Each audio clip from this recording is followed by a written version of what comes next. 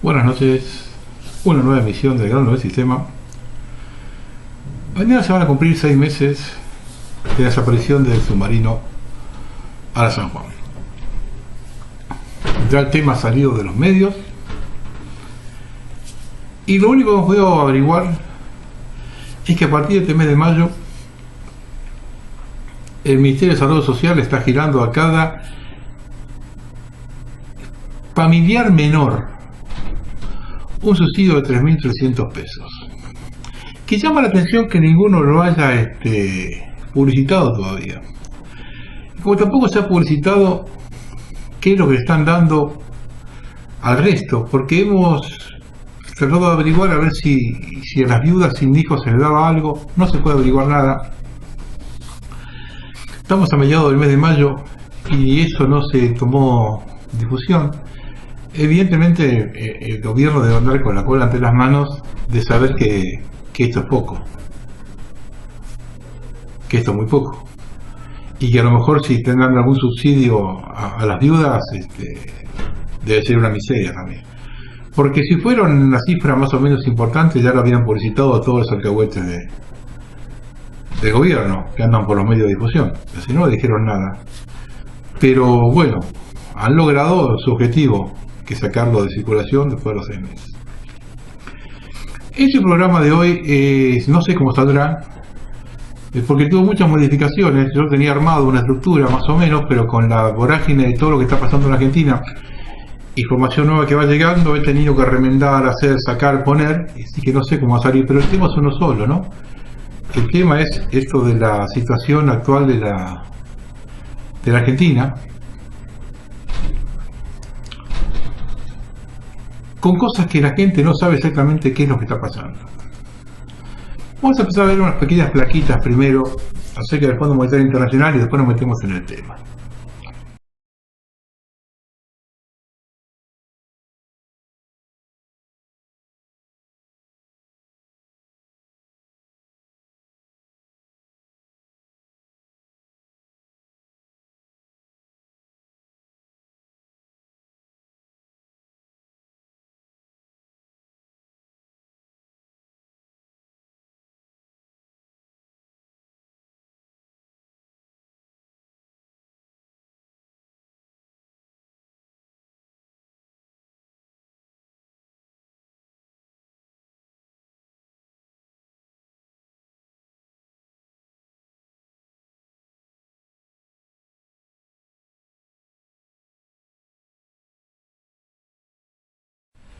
Los argentinos no tomamos conciencia hacia dónde vamos.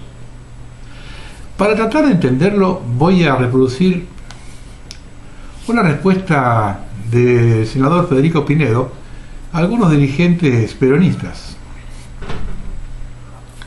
No piensen que la Argentina que pueden encontrar en un hipotético triunfo va a ser la misma de antes. Y ahora voy a dar 3 ejemplos que nos llevan a esa profecía de Pinedo.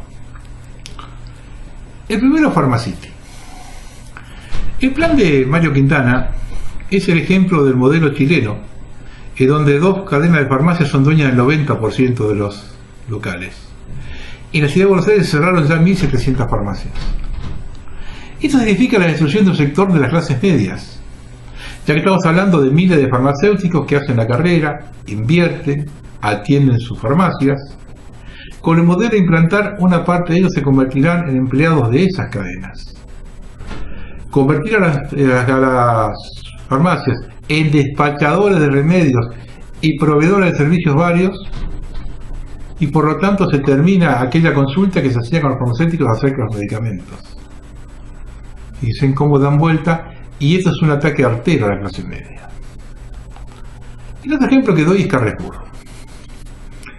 Es dueño del 24% del mercado. Son productores de los propios alimentos y no trasladan a precio final lo que ahorran en la cadena de comercialización. Hace unos años lo denunciaron que en frutas y verduras ganaban el 1.600%. No conforme con llevársela con pala al exterior, presentaron un preventivo de crisis. El gobierno de inmediato hizo un acuerdo con ellos que el Estado les perdone el 50% de los aportes previsionales hasta el 2021. Y la Cámara de Supermercadistas pidió de inmediato el mismo trato para todos, no dijeron que estaba mal, pidió el mismo trato para todos. Este pedido lo ha hecho debido a que notaron el cambio de hábito de compra de la gente que ya no concurre a los hipermercados. Entonces la idea es enfocarse en los barrios para reventar a los pequeños comerciantes minoristas argentinos. Debido a esto quieren cerrar grandes locales y no hacerse cargo de las consecuencias. La diferencia de ellos con los comerciantes argentinos es que estos últimos lo que ganan lo convierten en el país. En cambio, estas cadenas internacionales giran todas las ganancias al exterior o lo dedican a la especulación financiera. El tercer caso es Uber. Pretende pasarse por el traste todas las normas que rigen el negocio de un servicio público. Pretende no tener seguro de acompañante, se ahorra lo que cuesta una licencia, también se ahorra la capacitación del chofer. Los taxis cumplen una serie de requisitos para su habilitación y mantenimiento que quienes trabajan con Uber no tienen obligación. Se nutre de argentinos que tienen el auto y con problemas para mantenerlo. Siempre el remedio fue una salida laboral en momentos de crisis. En otros países no fue autorizado porque es la prestación de un servicio en condiciones de ilegalidad. Cuando Pinedo manifiesta lo citado arriba, se está refiriendo a este proceso de destrucción del sistema social argentino para perforar los sectores medios y transformarlos en asalariados. Todavía no se advierte la magnitud de lo que viene, y esto se complementa con los pools de siembra y el sector financiero. Y ahora vamos a ver una serie de cosas para llegar a un final donde vamos a redondear lo que para mí es el plan siniestro para llevarse puesta a la Argentina. Vamos a empezar con el plan Cavallo. Pues Cavallo es el tipo que siempre ha estado al servicio del sistema y ha aparecido en momentos claves. Ha aparecido ya 3 veces en su carrera, en su vida, Cavallo, en momentos claves. El hombre justo, el momento justo, el lugar justo, como decía Scalabrini, ¿no? La primera aparición de Cavallo, presidente del Banco Central, 1982, a estatizar la deuda externa privada. Vuelve a aparecer después con Menem, primero firmando el vergonzoso pacto con Inglaterra en Madrid en 1990, que prácticamente es la rendición de Argentina en Malvinas, para después él como ministro de Economía llevar adelante lo que firmó en Madrid, y convertir a Argentina en el segundo plan liberal, el primero fue el de Martínez Dios, que terminó de destruir la economía argentina y de entregar a precio vil las empresas del Estado. Segunda aparición de Cavallo. Tercera aparición de Cavallo con De la Rúa, en el 2001, y terminamos en el Corralito. Y ahora vuelve a aparecer nuevamente con el gobierno de Macri. El plan que le propuso Cavallo a Macri es una especie de corralito con Arevac, multimedia canje de ellos, ajuste y neoconvertibilidad. Esa es la esencia del plan de Cavallo, respaldado por los grandes bancos que le habría cansado el golpeado gobierno de Macri. Con el megacanje en Arevac, esta dejaría de ser deuda del Banco Central de pesos a cortísimo plazo y pasaría a ser deuda externa del Tesoro en dólares a mediano plazo. Se la sacan al Banco Central y se la encajan en la Nación. Operatoria que gastaría los 60.000 millones de dólares y produciría un enorme crecimiento de la deuda externa privada por fuera de los márgenes aconsejados. Además, como miembro del G30, propone privatizaciones, ajuste de jubilaciones y del gasto público y una nueva convertibilidad. Política que ya aplicó en estos últimos 40 años durante varios gobiernos, que coinciden con la del Fondo Monetario y fracasaron reiteradas veces. Fracasaron para nosotros, no para ellos. Siendo esta la 4ª vez que Mingo Cavallo aparece con sus impunes magias financieras que luego terminan en un desastre dejando atrás solo ruinas y desolación conforme alimentario que se realiza una vez que se va. Una nueva y grave crisis por falta de dólares se regula en Argentina, a punto tal que, contradiciéndose a sí mismo, el ministro de Economía Duhovne dijo que el año pasado no iban a acordar programas con el Fondo Monetario. Tuvo que viajar de urgencia y desesperar a Estados Unidos para entrevistarse con Christine Lagarde. en busca de un salvataje financiero preventivo con 30.000 millones de dólares. Eso vamos a hablar después del circo este. Monto que casualmente corresponde a los 680.000 pesos del EVA que vencen el próximo martes 25 de mayo. Y que su gran mayoría pertenece a inversores golondrinas extranjeros. Esto está por verse. Esto lo escribió Javier Llorens. Ahora, miren cómo se maneja el Fondo Monetario.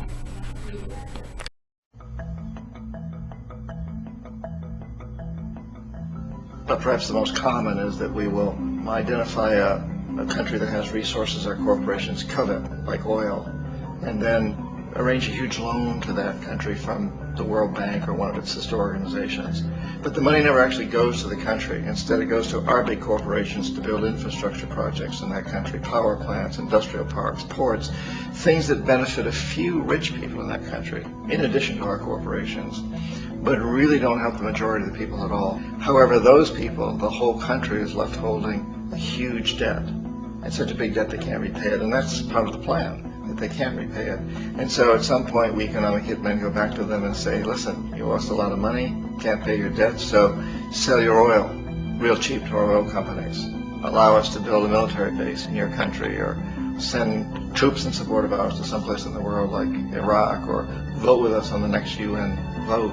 To have their electric utility company privatized and their water and sewage system privatized and sold to U.S. corporations or other multinational corporations.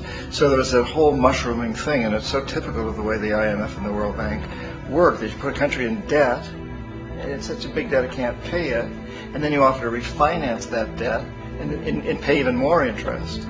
And you demand this quid pro quo, which you call a conditionality or good governance, which means basically that they've got to sell off their resources, including many of their social services, their utility companies, their school systems sometimes, their penal systems, their insurance systems, to foreign corporations.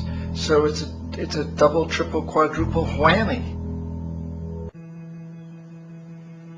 Ecuador for many, many years had been ruled by pro-U.S. dictators, often relatively brutal. Then it was decided that they were going to have a truly democratic election. Jaime Roldos ran for office, and his main goal, he said, as president would be to make sure that Ecuador's resources were used to help the people.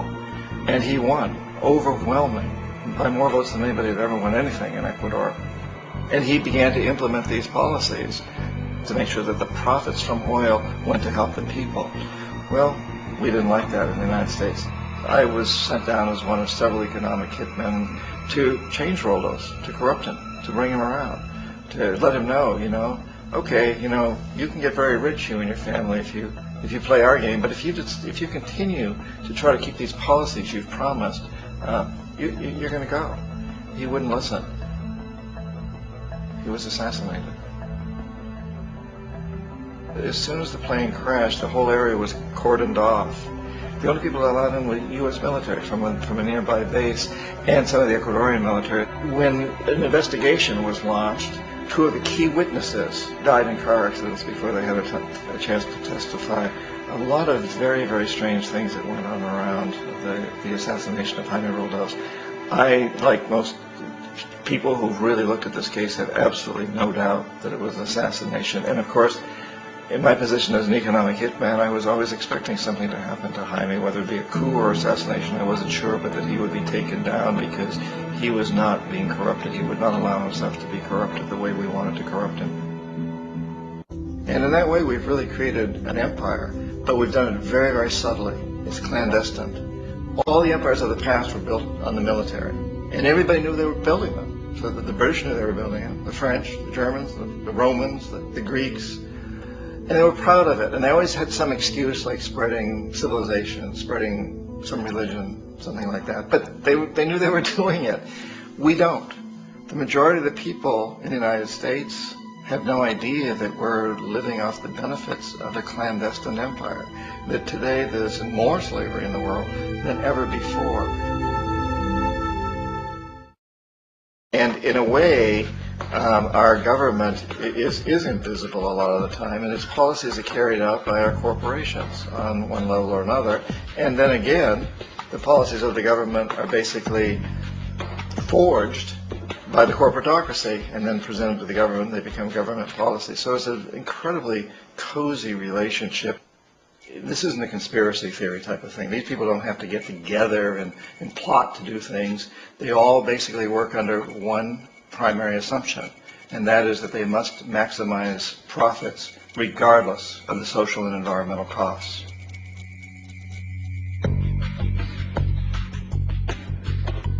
The bank and IMF serve this role on a global scale.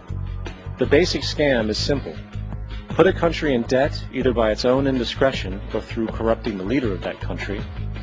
Then impose conditionalities or structural adjustment policies, often consisting of the following.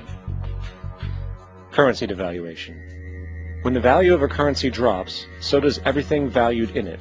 This makes indigenous resources available to predator countries at a fraction of their worth. Large funding cuts for social programs. These usually include education and healthcare, compromising the well-being and integrity of the society, leaving the public vulnerable to exploitation. Privatization of state-owned enterprises. This means that socially important systems can be purchased and regulated by foreign corporations for profit. In the late 1960s, the World Bank intervened in Ecuador with large loans. During the next 30 years, poverty grew from 50% to 70%. Under or unemployment grew from 15 to 70%. Public debt increased from 240 million to 16 billion, while the share of resources allocated to the poor went from 20% to 6%. In fact, by the year 2000, 50% of Ecuador's national budget had to be allocated for paying its debts. It is important to understand the World Bank is, in fact, a U.S. bank, supporting U.S. interests. For the United States holds veto power over decisions, as it is the largest provider of capital. And where did it get this money?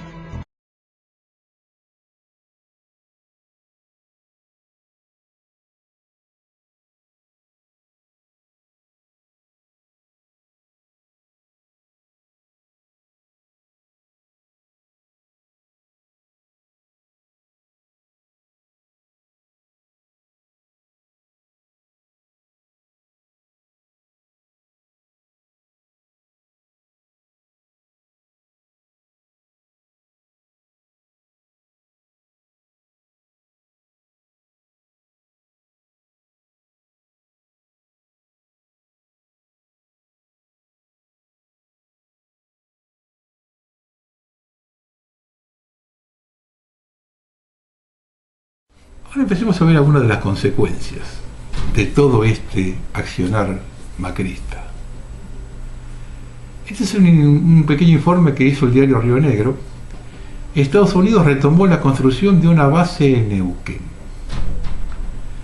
Y fíjese ese detalle. El proyecto se autorizó en 2012. Yo digo que esto es un continuismo, ¿no? Pero se frenó por la polémica desatada en el Chaco, donde se denunció que se trataba de bases militares. Ayer una comitiva norteamericana recorrió la zona donde se montará. Una comitiva del gobierno de Estados Unidos arribó ayer en Neuquén a bordo de un avión oficial de su gobierno. Se trata de los técnicos que tendrán a su cargo la instalación de una millonaria base en la meseta capitalina que fue donada bajo la figura de ayuda humanitaria, un área militar norteamericana para el funcionamiento de defensa civil de la provincia. Ustedes acuérdense siempre lo que dijo Elsa Brusone. Con estas bases humanitarias, con estas bases ecologistas, con todo este tipo de cosas así. Que le vienen 20 científicos y 20 espías, o marines, oficiales del ejército. Es que tanto la sede chaqueña como la que se construyó en Neuquén fueron donadas por el Comando Sur de Estados Unidos, un organismo militar que en su propia página web describe que el Comando Sur de Estados Unidos aprovecha las capacidades de respuesta rápida, la colaboración de naciones socias y la cooperación regional dentro de nuestra área de responsabilidad para apoyar los objetivos de seguridad nacional de los Estados Unidos. Defender los acercamientos sureños a Estados Unidos y proveer la seguridad y estabilidad regional. ¿Escucharon? Seguridad y estabilidad regional. Mañana cuando se estabilice la Argentina, sabemos que esta gente está para estabilizarla. Ya están acá. Al igual que la poneca base chaqueña autorizada por entonces el gobernador Capitanich, la sede neuquina tiene sus bases construidas en la autovía norte y a muy poca distancia del estratégico aeropuerto internacional de Neuquén. Veamos la foto de la comitiva.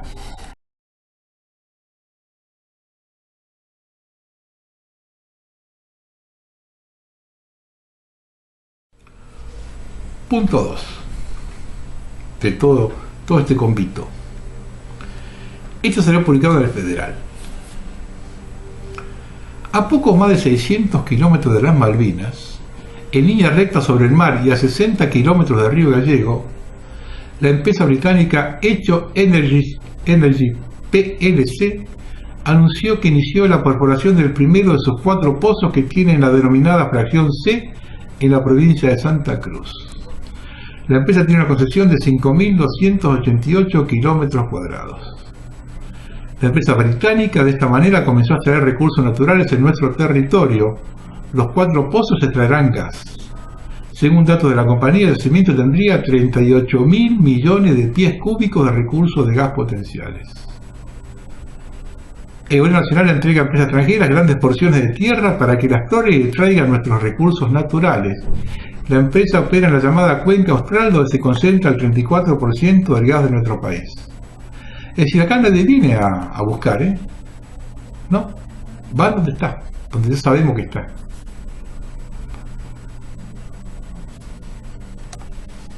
Acto 3.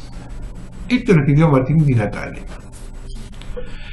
En un nuevo paso de acercamiento en las relaciones bilaterales de Argentina y el Reino Unido, en torno al histórico conflicto de las Islas Malvinas, los gobiernos de Londres y Buenos Aires se disponen a negociar la semana que viene un acuerdo de cooperación científica para la conservación de recursos pesqueros en el Atlántico Sur. La Cancillería y el Foreign Office destacaron que con el propósito de profundizar un diálogo constructivo y sustantivo con el Reino Unido en temas de interés común, los días 14 y 15 de mayo se reunió en Buenos Aires el subcomité científico de la Comisión de Pesca del Atlántico Sur, establecida por la creación conjunta del 28 de noviembre de 1990. Según fuentes diplomáticas argentinas, el trabajo conjunto de control de la pesca y la patrulla para evitar la depredación de recursos naturales del Atlántico Sur podría hacerse con las fuerzas armadas de ambos países. Es decir, estamos reconociendo la propiedad de los recursos naturales en Malvinas a Gran Bretaña.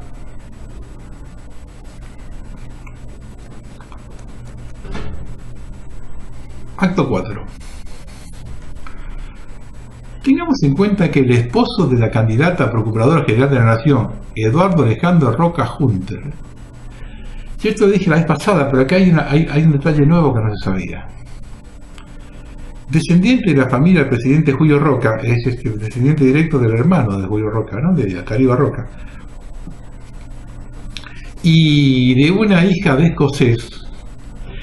Como representante de la Argentina ante las Naciones Unidas, junto con su amigo de la infancia, el canciller Nicanor Costa Méndez, y su pariente Gustavo Figueroa, tuvieron una más que lamentable y sospechosa actuación en oportunidad del tratamiento de la resolución 502 del año 1982, que condenó a la Argentina como agresora y dio vía libre a la expedición de la Pax Force británica protagonizada en la Guerra Malvina del mismo año, al haber posibilitado que la diplomacia británica acelerara el trámite de esa resolución en contra de lo ordenado por la Junta Militar y haber reconocido inusitadamente la existencia de una agresión por parte de la Argentina, malquistándose además con los votos de los países no alineados. Errores que exceden la mala praxis y que, sumados a otros muchos señalados contra Costa Méndez en el informe Rattenbach, llevan a la sospecha de la existencia de alta traición. Y ahora la señora de este hombre es candidata a ser procuradora de la Nación. Ya sabemos, ya nos estamos dando cuenta quién es el que está gobernando en la Argentina. Vamos a ir redondeando ahora esto, lo que yo digo que es este siniestro plan para llevarse puesta a la Argentina de por siempre. Esta es una leve introducción para ir mostrando un país a punto de desaparecer. Y digo país porque la nación hace rato desapareció entre los escombros del materialismo, individualismo y desidia. Antes de seguir con el comentario, quiero que escuchen un breve análisis de Nicolás Berkovich que da en el blanco. Lo importante no es el cartelito, sino lo que decía Duhovne, que no nos convenía ir al fondo. Esto lo decía hace exactamente 2 años. Porque a la gente, decía él, le iba a caer mal y porque al gobierno lo iba a condicionar. Y entonces, ahora que volvimos, y de urgencia, ante la primera tormenta fuerte que les toca enfrentar a los capitanes que supuestamente se las sabían todas, surge una pregunta. ¿Volvimos solamente porque Wall Street decidió cortarle el chorro a Macri y no quedó alternativa? ¿O volvimos al fondo porque Macri se dio cuenta en diciembre de que sin crisis no iba a poder ajustar lo suficiente? Ajustar un país es hacer que su población consuma menos, que las cosas salgan más caro en relación a los ingresos, que un montón de gente deje de acceder a bienes o servicios a los que antes accedía. Una de las razones es que los insumos básicos se compran y venden en dólares, como las casas. Otro es que las multinacionales calculan sus ganancias en dólares también. Si el peso se devalúa, remarcan más las multinacionales porque lo que quieren es mandar dólares a su casa matriz. Entonces, para que haga ese efecto ajustador, la devaluación, los gobiernos tienen que devaluar más en Argentina. Terminás con el dólar más caro, todo mucho más caro, y los sueldos un poquito menos que lo otro, de tal manera que se devalúan. Macri decidió devaluar el peso. Por segunda vez en 2 años y medio. La primera fue cuando asumió. El revoleo de la salida del cepo cambiario no se notó, pero el dólar oficial, el que importaba, subió de 9,70 a casi 14 pesos. Subió 40%. En 2016 la inflación fue del 40%. Bueno, ¿de cuánto te pensás que va a ser la inflación ahora? Ahora se viene un freno de la economía y una disparada brutal de la inflación, una disparada animal de los precios. Y va a depender mucho de los gremios cómo termine esta historia, porque todas las paritarias quedaron viejas. Pero nada de esto fue un error. Fue a propósito. Aprovecharon una corridita al dólar que en el mundo duró 2 días, le echaron la culpa a un impuesto de centavitos a las Levax y se mandaron una flor de devalueta. Y ahora tenemos adentro al Fondo Monetario Internacional. Bienvenidos, bienvenidas. Este es el Macri de verdad.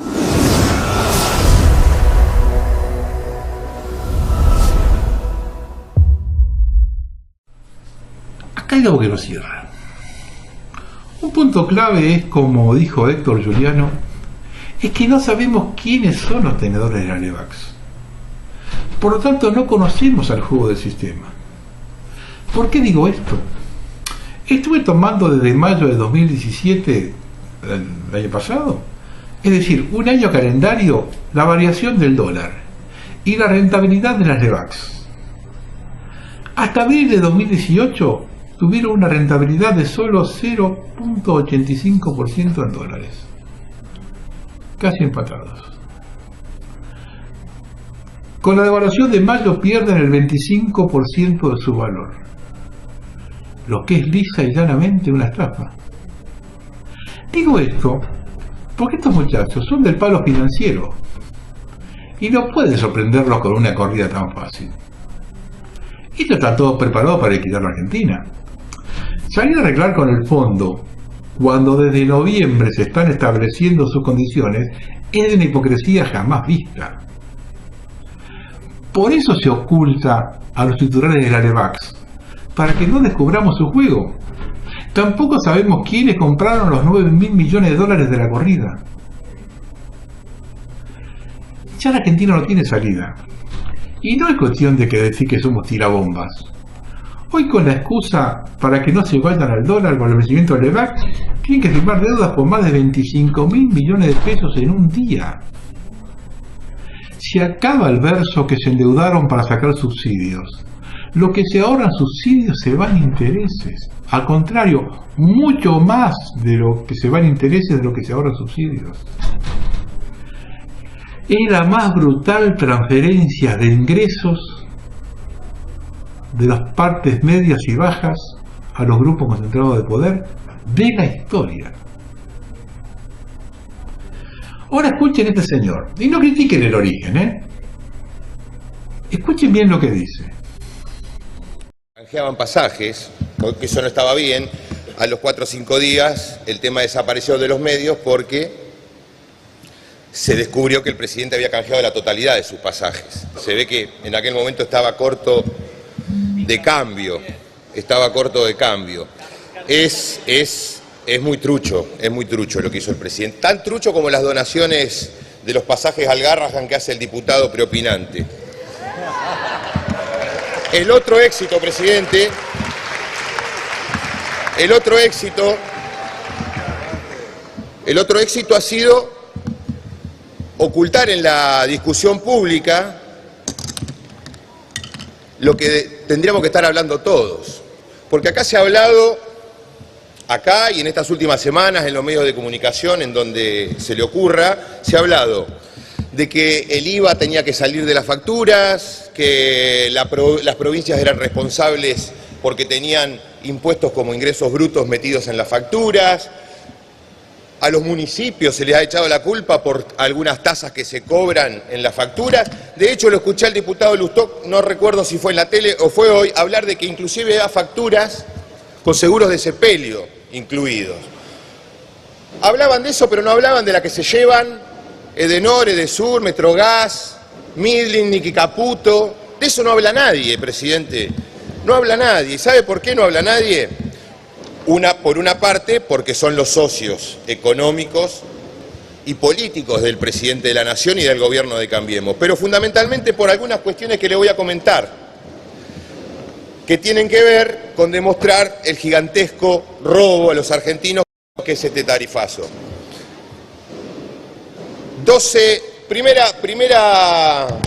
¿Vio ese cuentito? Primera parte, ahora no recuerdo cómo es. Primer acto. Enero 2016 / febrero 2016, tarifazo de Aranguren, para entrar en vigencia a partir de marzo. En el mismo momento que sacaban el tarifazo estaba en Davos el presidente acompañado de Marcelo Midlin. En ese momento Marcelo Midlin no tenía chances de comprar Petrobras.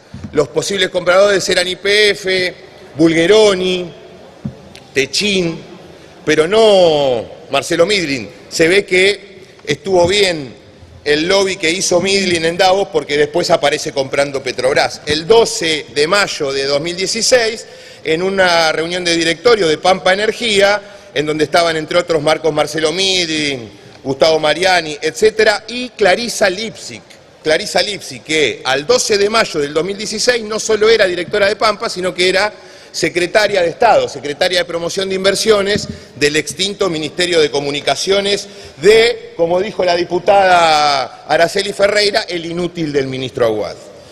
En esa acta de directorio, presidente, se aprueba la compra de Petrobras. Dice Marcelo Midlin: concluye el señor presidente que la transacción es una oportunidad de negocios única para la sociedad, entre los muchachos, ¿no? Explicando en detalle a los presentes los motivos por los cuales considera que existen fuertes incentivos a invertir en producción de gas natural y un gran potencial de crecimiento, proveniente de una normalización tarifaria de la generación de electricidad y de transporte de gas. Es decir, compraron porque el Estado Nacional, a través del gobierno de Mauricio Macri, le estaba garantizando la rentabilidad a través del tarifazo. Ese mismo día se aprueba un préstamo que le hace YPF, que es comunicado por YPF al día siguiente, el 13 de mayo, a la Comisión Nacional de Valores, donde le dice: YPF le otorgará a Pampa Energía un préstamo garantizado para la adquisición indirecta de las áreas antes mencionadas por un monto de $140 millones, que la tasa de interés era del 5%, nada que ver con el 25% que consiguieron los radicales cuando fueron a ver a Macri el otro día para pagar en 3 cuotas el gas. Es decir, le prestamos al 5 a Midlin y después le tenemos que pagar al Midlin con el 25%. Después sigue, segundo acto, 14 de noviembre de 2016, condonan 19.000 millones de pesos a las eléctricas, presupuesto nacional aprobado por ustedes, muchachos. Edenor 1.229 millones, Edesur 429 millones. El gobierno, esto es 28 de diciembre de 2016, el gobierno sale a rescatar a Edenor de una posible pérdida de la concesión con una nota de crédito de 1.300 millones evitó que el patrimonio neto de Edenor se transformara en negativo y por lo tanto estuviera a tiro de la pérdida de la concesión. Sigo. El 3 de febrero de 2017, todo esto es cronista comercial, ámbito financiero, no es el Granma. Colocó el Tesoro tomó fondos del blanqueo para pagar a proveedores y a Vidal, dice cronista. No pagaron un juicio. Apelan todos los juicios, pero debieron manotearon de los 114.000 millones de pesos que quedaron del blanqueo, 35.000 para los muchachos, para Camesa, para Nicky Caputo, para Loma de la Lata, que es Milding. Y bueno, finalmente, presidente, para cerrar, antes que me empiecen a gritar, le tiro un dato. Tengo 13 nombres acá, algunos son muy conocidos y otros no. Luis Caputo, ministro de Finanzas, accionista de Edenor y de Petrobras. Mario Eugenio Quintana, secretario de Coordinación Interministerial, accionista de Petrobras, TGS, Pampa Energía y PF. Marcelo Blanco, que ya hablé la otra vez, subsecretario de Coordinación, Petrolera Pampa. Juan Antonio Garade, exdirector del ENRE, Pampa, Petrobras, Panamerican y PF. Clarisa Stoll, Transener, Edenor, Petrobras, Pampa Energía. Florencia Grossi, directora nacional de promoción turística, pareja de Díaz Gilligan. No solo son los varones acá, estamos. Pampa Holding, Transener y PF. Diputado. Esteban Bullrich, YPF. Cierro, presidente. Estos son los verdaderos ganadores. Estos son los verdaderos ganadores del tarifazo. Es una mentira que busquen normalizar el sistema tarifario. Es una mentira que quieran normalizar las variables macroeconómicas, todo el verso que estuve escuchando toda la tarde de estos muchachos. Lo único que quieren, presidente, es garantizar ganancias exorbitantes, quieren garantizar sociedades más empobrecidas y se quieren llenar los bolsillos, los propios y los de los muchachos. Bien. Después de la crisis de Grecia, los acreedores se quedaron con algunas islas. En Uruguay, la empresa financiera Bodnia, que viene a instalar una nueva papelera, ha mencionado que pretende explotar el acuífero guaraní. ¿Todavía no nos damos cuenta de nada? El pico de la crisis acá llegará cuando los tomadores de los créditos SUBA empiecen a perder sus casas y el mercado inmobiliario se desplome. Algo parecido a lo que pasó en España. El país no tiene salida.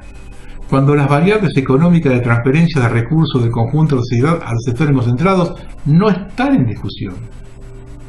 Estos son las retenciones a las mineras y al campo, la facultad de liquidar exportaciones cuando quieran, donde quieran y sin la obligación de traer el dinero, la posibilidad de llevar el dinero al exterior, lo que se le antoje y sin restricción alguna, la importación indiscriminada y sin control de bienes de consumo, provocando un impresionante saldo negativo en la balanza comercial. El blanqueo de dólares en el exterior sin la obligación de traerlos a la Argentina.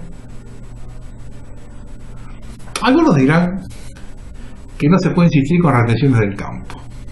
Ahora bien, yo pregunto, la diferencia de cotización de la soja entre Chicago y Rosario es de $20 la tonelada.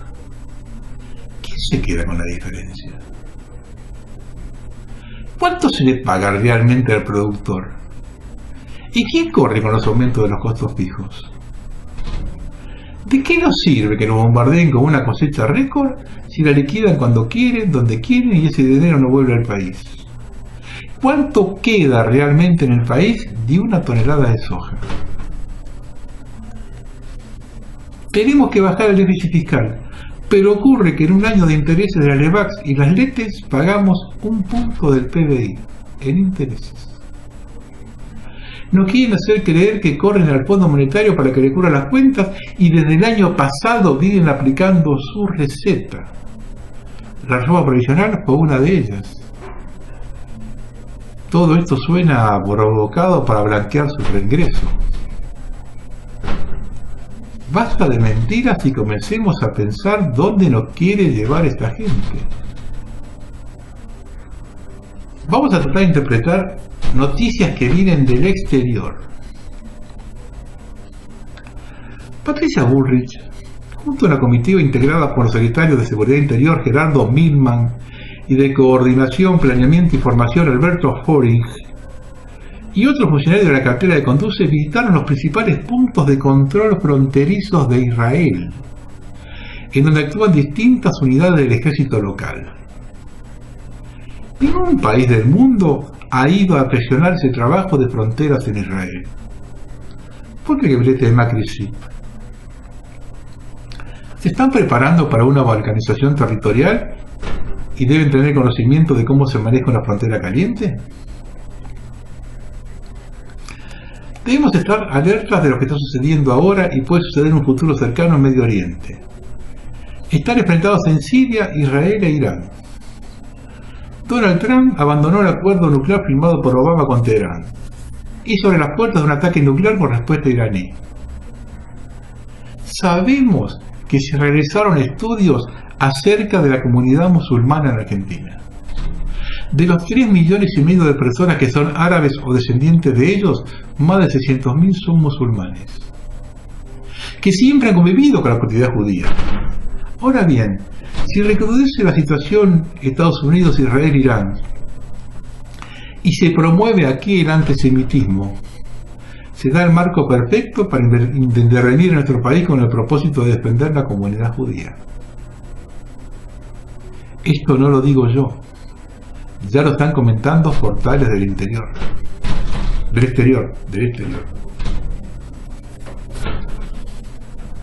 Una crisis económica y social en nuestro país aceleraría todos los plazos. Ya con el Fondo Monetario en Argentina podemos terminar como Grecia, con un salvataje para evitar un borralito, y al igual que en 2001, todo irá a rescatar los bancos y que lo pague el pueblo.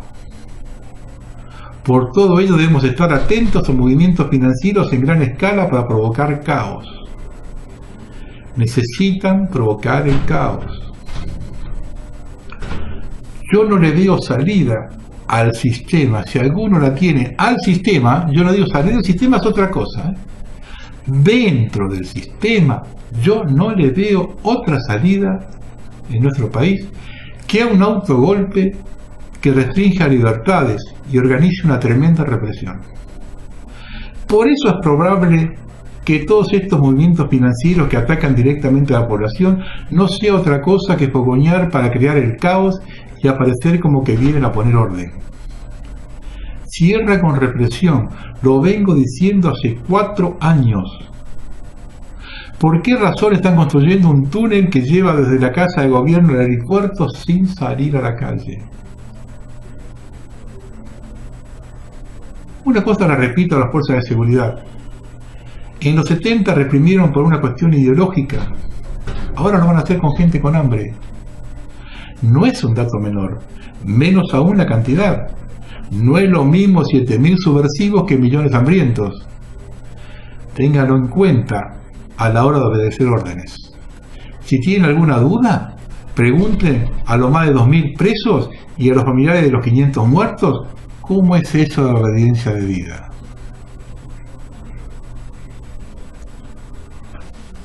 Un tema que nos persigue desde el mismo momento de la guerra por la independencia de España son los traidores que trabajan para el enemigo. Siempre lo grafiqué con el mismo ejemplo. Si Jesús hubiese nacido en Argentina, tendría un apóstol y 11 traidores. El gobierno de María Eugenia Vidal y el movimiento Evita trabajan en un acercamiento concreto de esa agrupación a la estructura del gobierno bonaerense.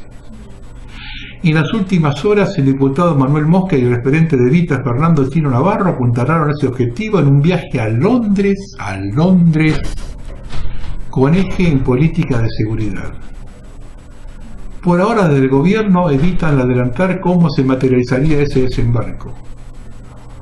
Un ministerio podría entrar en la negociación, otra opción podría ser lugares en la lista del año próximo. Lo que notamos es que están dispuestos a escuchar la oferta. Hay interés en las dos partes, dicen. Lo he dicho varias veces. Si no tenemos bien en claro el enemigo interno y cómo se mimetiza, es imposible tratar de construir algo. Observo que ante la caída de Macri, dirigentes peronistas, ante la supuesta caída de Macri, dirigentes peronistas piensan que llegó su hora. Entonces aparecen en programas de televisión aportando soluciones para un problema del que son parte. Y se mezclan con otros que lo corren a Macri por derecha. Todos nos llevan por idéntico camino al mismo precipicio. En el mismo lodo todos manoseados, dijo Discépolo en el tango Cambalache.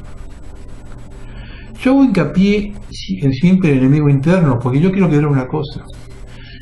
Nuestro enemigo fundamental de toda la vida es Inglaterra. Si usted va a combatir contra los ingleses, sabe que enfrente tiene gente, digamos, rubia, pelirroja, con una bandera, con un uniforme más o menos por ahí medio amarillito, marroncito, coloradito, con una bandera azul con los cruces, esa que tiene ahí las estrellitas. Sabe que ahí está el enemigo que tiene de frente, el inglés. ¿Cómo identifica al enemigo interno que tiene en la retaguardia?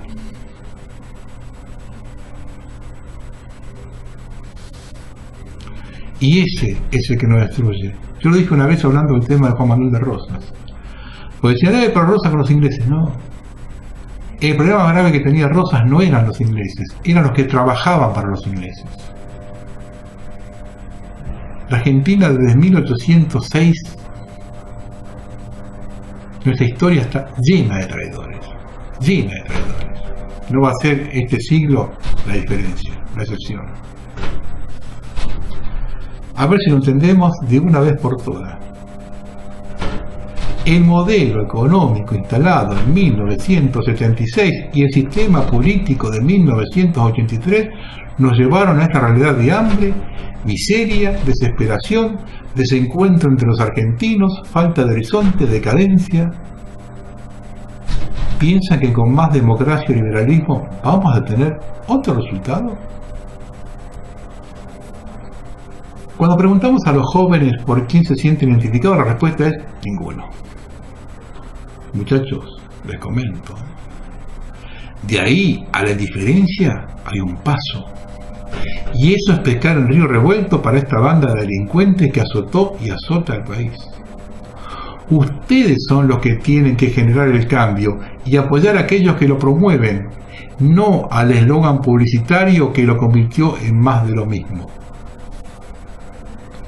Los herederos del peronismo sabemos lo que hicieron con Menem, con Duhalde, con Kirchner. Más sus colaboradores y tenemos cartón llenos. De los radicales ni hablar, una banda de farsantes que pasaron de franja morada al liberalismo sin escalas. La izquierda no sale de su discurso setentista. Con Cambiemos comprobamos lo que vienen a hacer la oligarquía saqueadora, lo mismo que vienen haciendo hace 200 años. ¿Quieren llegar a la verdad? Desconfíen de todos estos.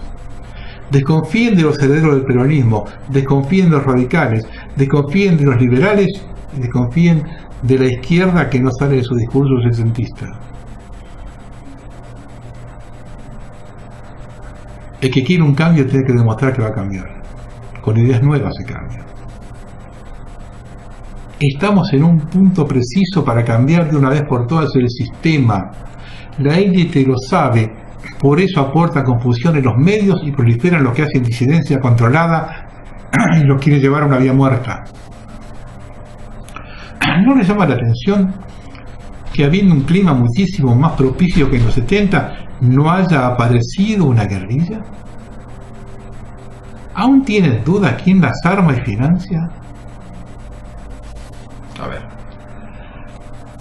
demostremos de una vez si realmente somos inteligentes. La única transformación es un cambio de sistema. Otros paradigmas políticos, económicos, administrativos, quien no le proponga un cambio de sistema, le propone más sistema, más decadencia, más hambre, más miseria, más inseguridad. ¿Los cambios son dolorosos? Miren, ya no queda otra alternativa. La elección es entre la metástasis y el infarto. Buenas noches.